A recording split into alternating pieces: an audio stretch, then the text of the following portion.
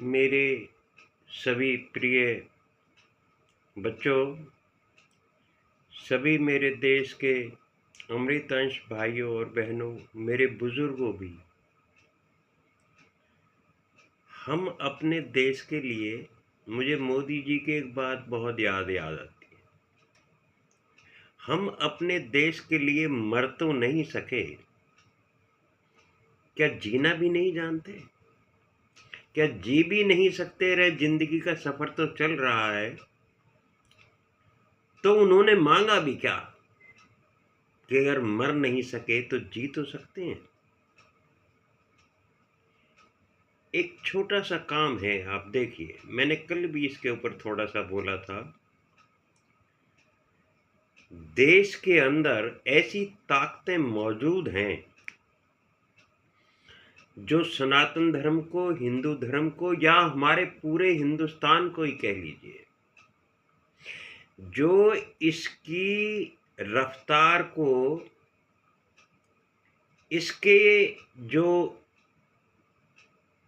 जो जिस स्पीड से आगे हिंदुस्तान अब बढ़ रहा है, हमारी भारत माता आगे बढ़ रही है, जिस तरीके से हम में से कुछ लोग बहुत मेहनत कर रहे हैं, राजनीतिक तौर पे भी, सामाजिक तौर पे भी, मतलब सारे तौर तरीकों पे, बच्चों की पढ़ाई और लिखाई से लेके कितने आगे तुम चले गए हो।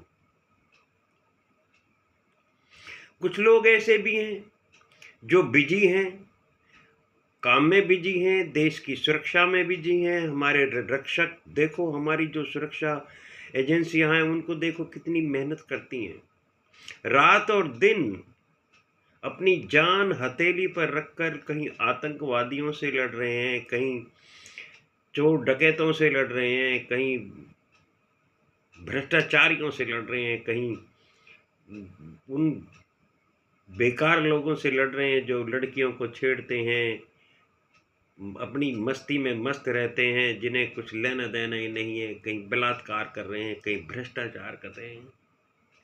सब अपनी अपनी लाइन पे लगे हुए हैं। हम लोग जो बिल्कुल फ्री हैं, जो सारा दिन ताश खेल सकते हैं, कुछ और कर सकते हैं, कुछ भी कर सकते हैं, क्या वो थोड़ा सा समय इस देश के लिए नहीं निकाल सकते? निकाल सकते हैं। आज के दिन योगी जी के उत्तर प्रदेश में और एमपी में भी हुआ ये हादसे। रेल की पटरी के ऊपर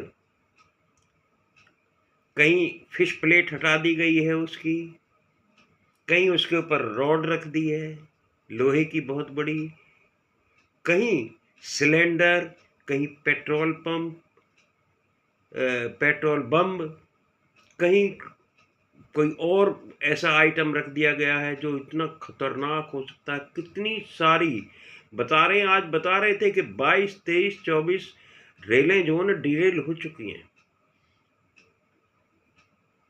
मैं सभी भारतीय भाइयों से, जो मेरी भाषा समझ रहे हैं उनसे भी, जो नहीं समझ रहे हैं उनसे भी, सभी से, एक दूसरे को हम जानते हैं, पहचानते हैं, बता सकते हैं कि ये प्रॉब्लम है हमारी, तो इस दूसरे ऐसे ही बता देना, आप भी समझाना उनको जो आपकी भाषा से आपका जिनका तालमेल खाता है। हर गांव, हर शहर की वो बस्ती जो अलग नाम से जानी जाती है, हर बस्ती में से, हर गांव में से जो रेलों के किनारों पे, रेलवे लाइन की साइडों में बसे हुए हैं, क्या उनमें से 2-2 आदमी भी ये काम नहीं कर सकते कि 1-1 घंटे का पहरा अगर 2-2 आदमी भी दे दें, 1-1 किलोमीटर के एरिया में अगर वो ये देख लें, क्योंकि एक रेलवे स्टेशन ज्यादा से ज्यादा 8 या 10 किलोमीटर दूर के फासले पे है। अगर 4 गांव मिलकर इस चौकीदारी को यूपी के अंदर खासकर कर लें, तो हमारा क्या बिगड़ेगा? कुछ भी नहीं बिगड़ेगा। रात को हाथ में टॉर्च रखें, टॉर्च आपको बहुत दूर तक का नज़ारा दिखा देगी। थोड़ी भारी टॉर्च रख लें, एक आदमी इधर चले, एक आदमी इधर चले, खत्म खेल। अगला आदमी वहां खड़ा हो जाए, 2 किलोमीटर के फासले पे हो गया ना, एक किलोमीटर इधर चलेगा, एक किलोमीटर इधर चले, 2 किलोमीटर कवर हो गया। 5 आदमियों की ड्यूटी लगती है। आप इसको पूरी तरीके से कंट्रोल कर सकते हैं। और हर फाटक जिसको हम कहते हैं, गेट जिसको हम कहते हैं, जो रेल का गेट होता है, जहाँ से हम क्रॉसिंग करते हैं, रेल लाइन को क्रॉस करते हैं, उस गेट मैन के पास एक पटाखा सिग्नल होता है। अगर ट्रेन बहुत स्पीड से आने वाली ट्रेन है तो उस फाटक वाले के पास, उस गेटमैन के पास एक पटाखा सिग्नल होता है।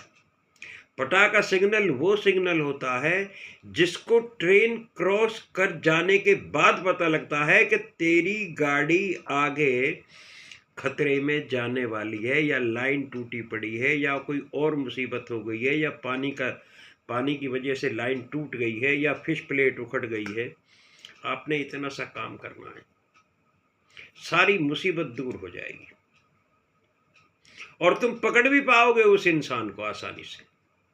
केवल टॉर्च देखने से ही कुछ ना कुछ तो जो ना उसको भी आभास हो जाएगा, भागेगा, दौड़ेगा, टॉर्च देखते ही इधर उधर चलेगा। तो आपके लिए भी हित में होगा, देश के लिए भी हित में होगा, लोगों के लिए भी हित में होगा, और एक पुण्य भी मिलेगा। मेरा आपसे केवल इतना अनुरोध है कि हम में से, खासकर यूपी में जो लोग रह रहे हैं, जो शहरों से अलग है, क्योंकि शहरों में तो भीड़ इधर उधर आती जाती रहती है, गैस के सिलेंडर लाइनों पे धर दिए हैं, कुछ भी हो सकता है, कुछ भी हो सकता है।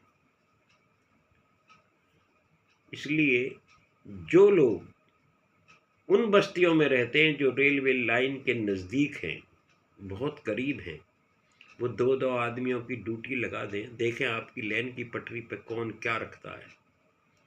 एक आदमी भी तो नहीं झांकेगा।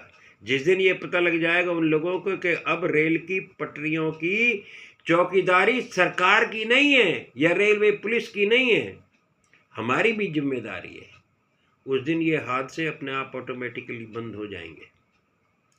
आप थोड़ा सा हिम्मत कीजिए, आगे आइए, हाथ बटाइए। ये सब अपने अपने अपने उनके लिए तो कर रहे हैं हम। इनमें हमारे रिश्तेदार हो सकते हैं, हमारा भाई ट्रैवल कर रहा होता है, हमारी कोई बहन हो सकती है, हमारे और रिश्तेदार हो सकते हैं। इसलिए थोड़ा सा आगे बढ़िए, हाथ बढ़ाइए।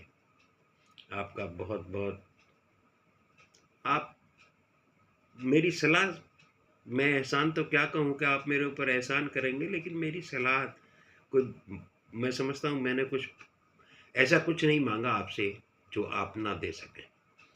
इसलिए मेरी सलाह है, इसमें थोड़ी सी हाथ बटाइए। ये ख़त्म हो जाते हैं, ये चर्चे चलते हैं इस तरीके से, जैसे बम्बों के धमाके हो गए, ट्रेनों में धमाके हो गए, इधर हो गए उधर हो गए, ये गोधारा जैसा कांड करने वाली हरकतें जो फिर शुरू हो गई हैं, हर 10-20 साल में ये चीज़ें रिपीट होती रहती हैं। तो इसमें थोड़ी सी आप मदद करें, देश की भी मदद होगी, शहर की भी मदद होगी, आपके की, हम लोगों के जीवन की भी मदद होगी। भारत माता की जय। जय हिंद की सेना। राधे राधे।